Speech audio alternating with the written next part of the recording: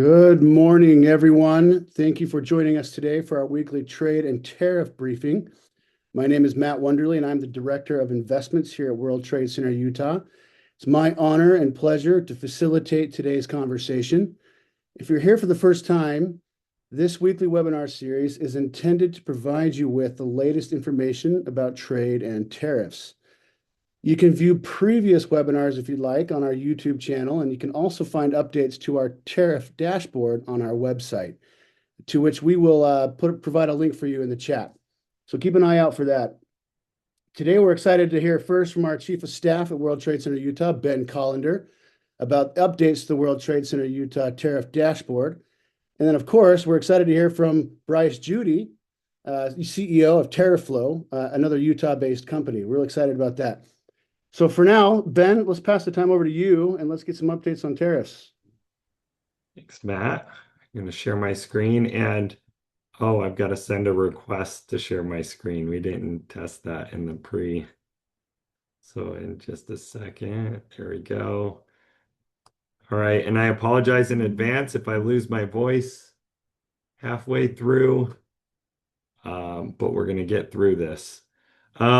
So if you haven't seen our dashboard before, as Matt said, wtcutah.com/tariffs.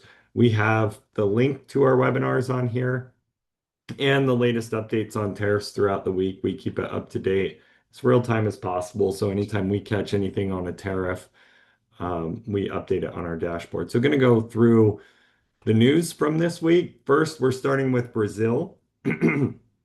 So Brazil, as many of you know, has a 10% reciprocal and a 40% add-on. There were some modifications to that made it a little bit easier, specifically around ag products. Brazil, there's a lot of press out there this week that they're having continued productive conversations with the United States. So while the full amount of the 40% add-on hasn't been pulled down, there have been some modifications that make that 40% in particular a little bit easier, and additional conversations that look like a longer term agreement is on the cusp. Um, let's talk about Switzerland for a minute. We talked through the process last week. The United States is talking about now, there's a lot of press about a retroactive to November 14th period for any goods imported. So if you're bringing goods from Switzerland, anticipate, keep your receipts. It's going to be November 14th. It's going to be the back date. We do not have any information from CSMS yet. We've been keeping an eye out for that. So when that comes through, we'll update everyone in our dashboard that we have the final language from customs around that. We've got India on the docket as well, that there's been we've been hearing about this for a while.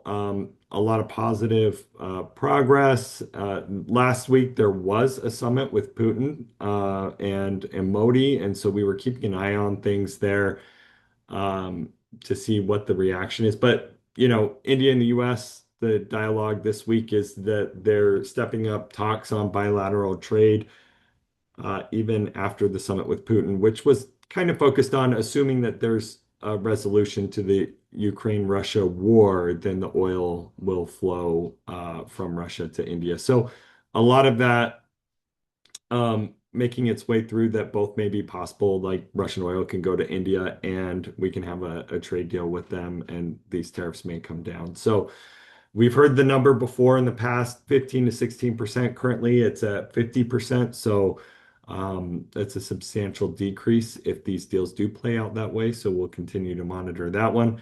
South Korea, the 232 on autos and auto parts, there were some provisions in there that brought South Korea down to 15% as a part of their deal.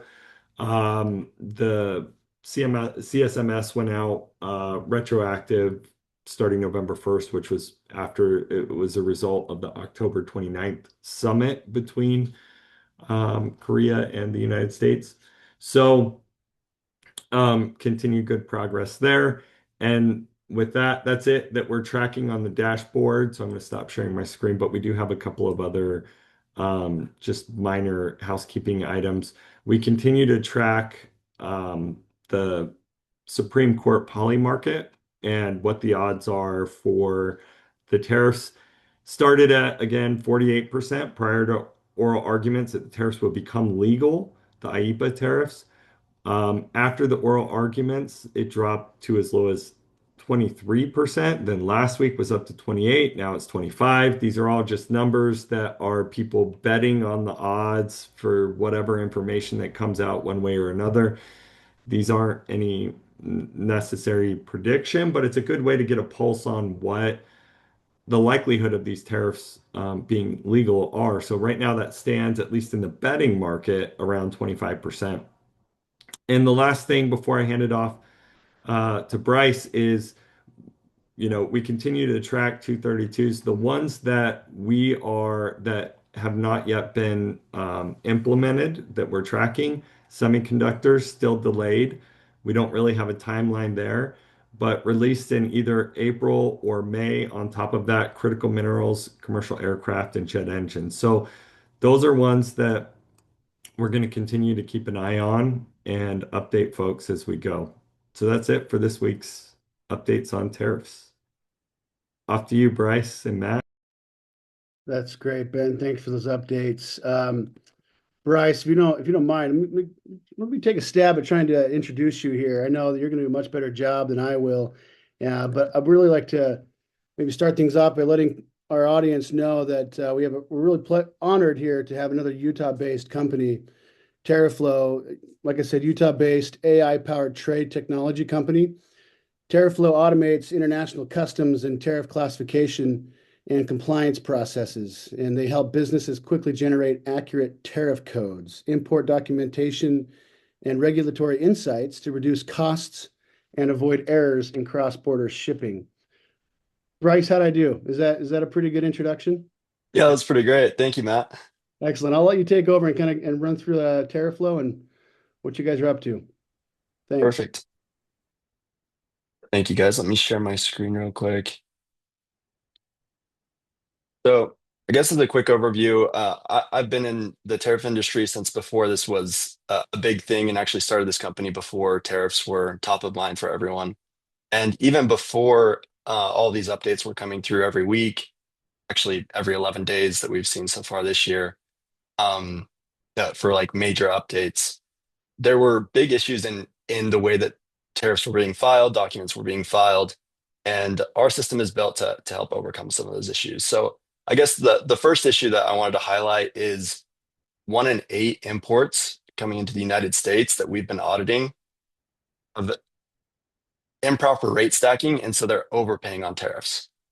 So it seems like a really high number, but it's like industry agnostic across all of the audits that we've done, both in the clothing industry, medical device manufacturing industry, rare earths importing, and even metal and steel goods.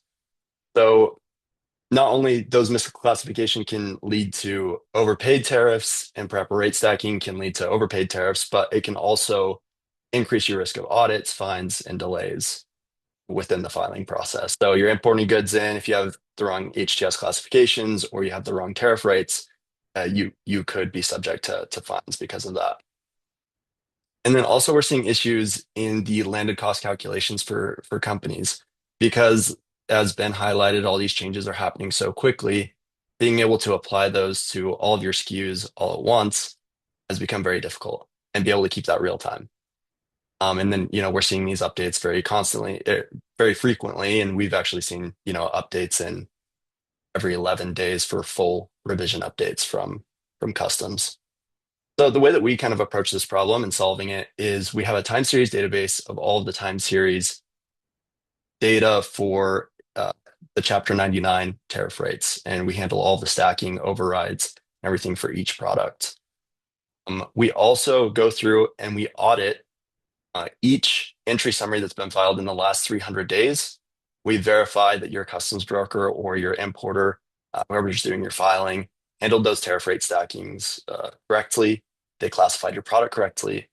We'll do full catalog reclassifications to make sure not only they're classified correctly, but that we have legal precedent, so citations to precedent cross rulings, that we have citations to, the If you're familiar with classifications, the chapter section notes, explanatory notes, all supporting document from the government to make this as clear as possible. And all of these that are misclassified are subject to what's called a post-summary correction entry. So we can go back and file with the government and recover those tariffs that were overpaid. So this is just an example of an audit that we've done in the past, one that was highlighted on the Washington Post just the other week. So we worked with a customs brokerage firm. We identified for a medium-sized business doing clothing imports, there's about 1 in 8 in the tariffs that they paid, so $1.3 million of refunds. And tens of thousands of those refunds were just based on a metal rate stacking issue. And we had another example just recently where it's just simple clerical errors that go into ERP systems that don't get checked because, if you typically want to audit your entire database and your rates, you're looking at an $800,000 bill for your, 80,000 SKUs that you're handling. So we do that all up front, pure contingency based, and then we go back and help you recover those overpaid tariffs if you have them, and if not, help you become more compliant.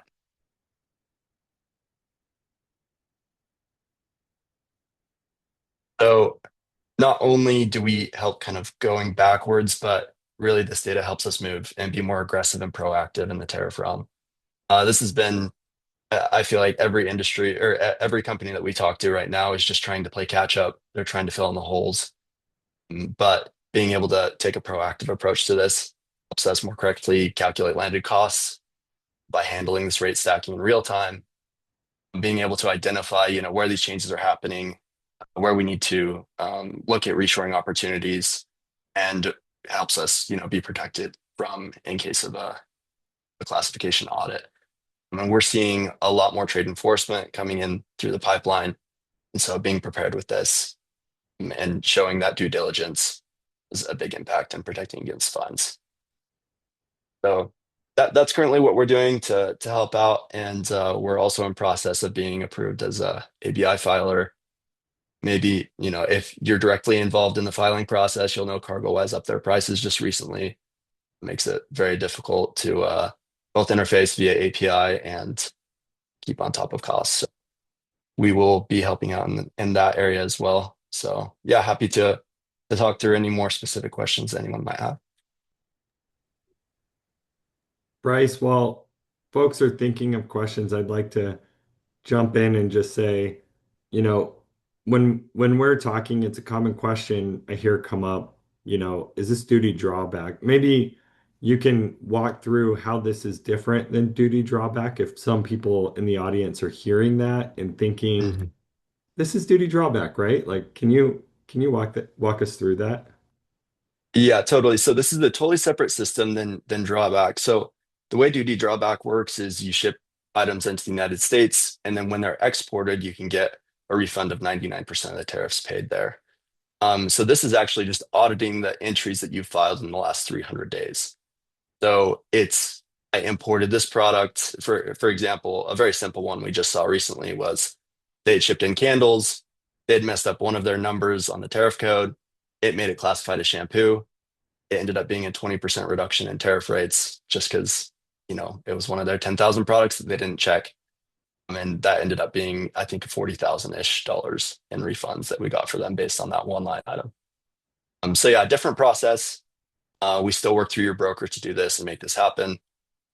But yeah, that's kind of what post-summary corrections are. That's great. Thanks, Bryce, for the clarification. Ben, you stole my first question there. Thanks. A question in here from Jason. Do you help with total landed costs? For example, if we buy equipment that has design costs and hardware costs, can we get the design costs pulled out for the tariff rates? Gotcha. So more of like a valuation question of being able to reduce those. So we currently don't do a valuation calculator in our tool, but we can handle just the tariff rate part of that landed cost calculation currently. Brilliant. Can you describe what are the most common tariff classification errors you see companies make? So it's kind of interesting. We're kind of seeing across the board both in highly technical classifications. So, when you get to clothing, it gets really tight with how many stitches are in certain areas, really kind of in the nitty-gritties of the details there. So we'll see issues there. We'll see just pure clerical errors of, you classified your candles as shampoos because you messed up one of the digits when you're entering it into your ERP system. And then we're actually seeing, even with some of these really well-known customs brokerage firms, just that are attempting to pull in automation to help handle a lot of the volume that we're seeing, the volume increases. We're just seeing just off the wall, really mistakes. Just, the commercial invoice doesn't align with the 7501 at all. There wasn't a currency conversion from the Chinese currency to the United States currency. And so you end up paying 13 times what you should be paying, or, whatever the number ended up being on that.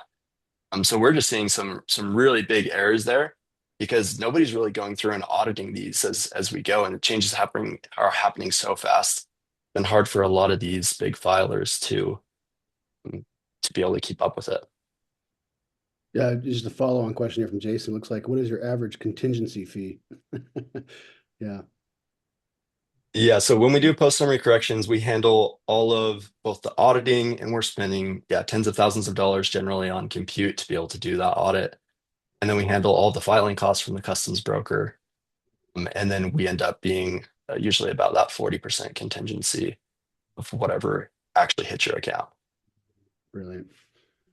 Another great question here from Derek. How often should a company review their HTS codes loaded in the ERP? I don't have a set number of when that should be, but I definitely think that there should be at least supporting documentation and a walkthrough of each classification just to support that. Yeah, I would suggest auditing every couple of years for sure. And knowing where that code comes from, I think, is more important than consistently auditing those. Because a lot of times you get a code and that's something that was provided from the manufacturer, that was provided from just someone random within their organization, or is provided by the shipper that just threw a code on. So just being able to know exactly where that came from, having some supporting documentation, I think is very beneficial there. So I've got a question while we wait for others to roll in. How do you experience a business coming to you? Is it through a broker oftentimes who notices something? Is it through the company? Is it because of an issue? Is it because of a presentation? They're like, I'm curious, I'll just scrub my documents and see what comes back. What is that? How does that interaction look for you in how businesses, how do you interface? How does a business come to you typically? Yeah, so a lot of our business that we do is through channel partners. So we have customs brokers or other software companies in similar verticals that already have access to all of this data. They talk to their client, they're interested. We go through and do a scrub, and then we present the findings to them and look at moving forward. So that's generally how we do it. Since the piece that was published in the Washington Post just recently, we've had a lot more inbound interest in doing this, but yeah, typically we're just seeing through channel partners doing this. Yeah, Randy's got a question here. Do you believe that your fees are lower than the savings received by using your software and service? Um, so sorry if I'm understanding right, our fees are lower than if you would have paid up front to do the same thing, or That's how I'm interpreting it as well. I mean, I think that's probably the path to go down. Yeah. yeah. So typically just to do an audit, just based on, my previous consulting rates, for the company that we found 1.3 million of refunds, it would have cost us about $850,000 just to do the audit, not including filings. And then we had, if let's say it's 1,000 post summary corrections that we have to file for them, usually you're paying between 150 and 250 per filing with a customs broker to do that. So you're looking at another, 150 to 250,000 of additional costs. So that take home for the filer themselves would have been, 150,000 as opposed to what it ended up being, which was much, much larger than that. So our fees are much lower in the contingency, and previously this wasn't even attainable for a lot of these smaller companies. Because if you're a smaller medium business or even an enterprise and you don't have the couple of $1 million up front to do a full audit, then it's just not something that you can do or that's not one for you to do. Excellent. Well, I've got a few more questions. If no one else is, I mean, feel free to continue. Oh, there's some coming in. Randy, again, follow-on question. What is the amount of tariff fees that a company should be paying to justify using your service? For example, he's a smaller company. Yeah, so we typically are doing companies that are doing about 50 million in revenue or more, or and the amount of imports that they're doing. But we have worked with small and medium-sized businesses. I mean, if you only have a couple of imports, it's a much easier process because we just do the scrub on the 5 entries that you've filed in the last year, and we'll just show you if you have a recovery potential there.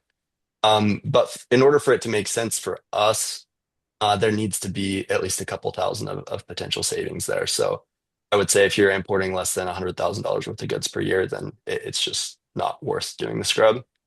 But anything above that. Bryce, can you elaborate on what trends you're seeing and how companies hedge against tariff risk or uncertainty even? Is there Yeah, so yeah, we're seeing a lot of different potential approaches.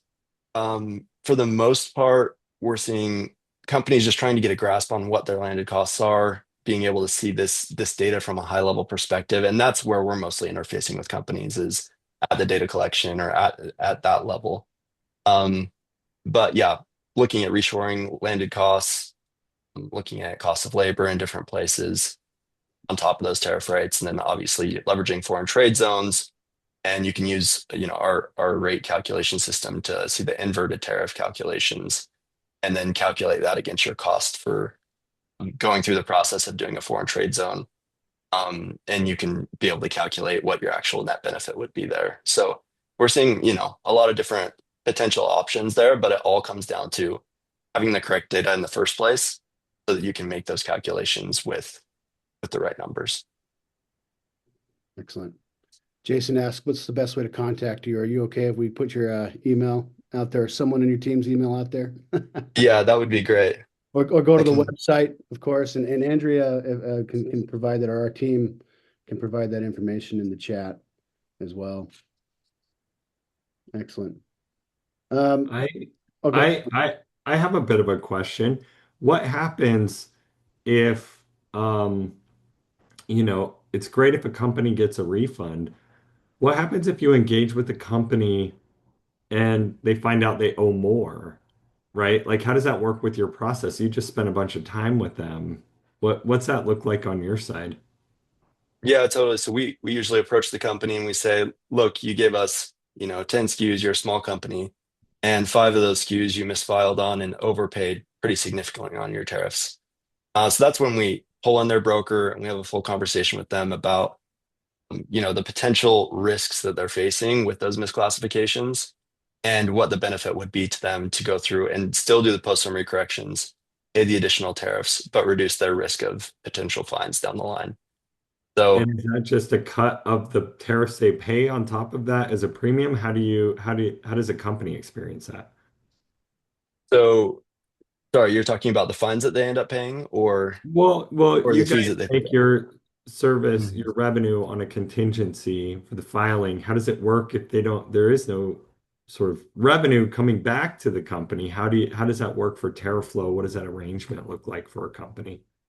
Yeah, then we'll just do a pay per SKU. So if you have 10 Yeah. SKUs, then we'll just charge you per SKU and help you and your broker have the full rationale, the classifications and the new rates that you should be paying. So yeah, we'll still support there. Obviously, we're not going to be making our big money in that situation, but we do want to make sure that the company has the correct data to be able to file correctly moving forward. That's great. Bryce, what's next for Tarifflo in terms of product innovation and or market expansion even? Yeah, totally. So we've actually seen talking to these companies, we're starting an engagement with a Fortune 10. And a lot of the issues they're facing are very similar to the issues that we've seen through the World Trade Center and talking with them about the issues that other companies are facing. And that is kind of a combination of all these things.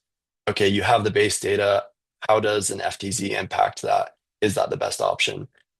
We have the potential different tariff rates for different markets. What market should we look at for the lowest landed cost?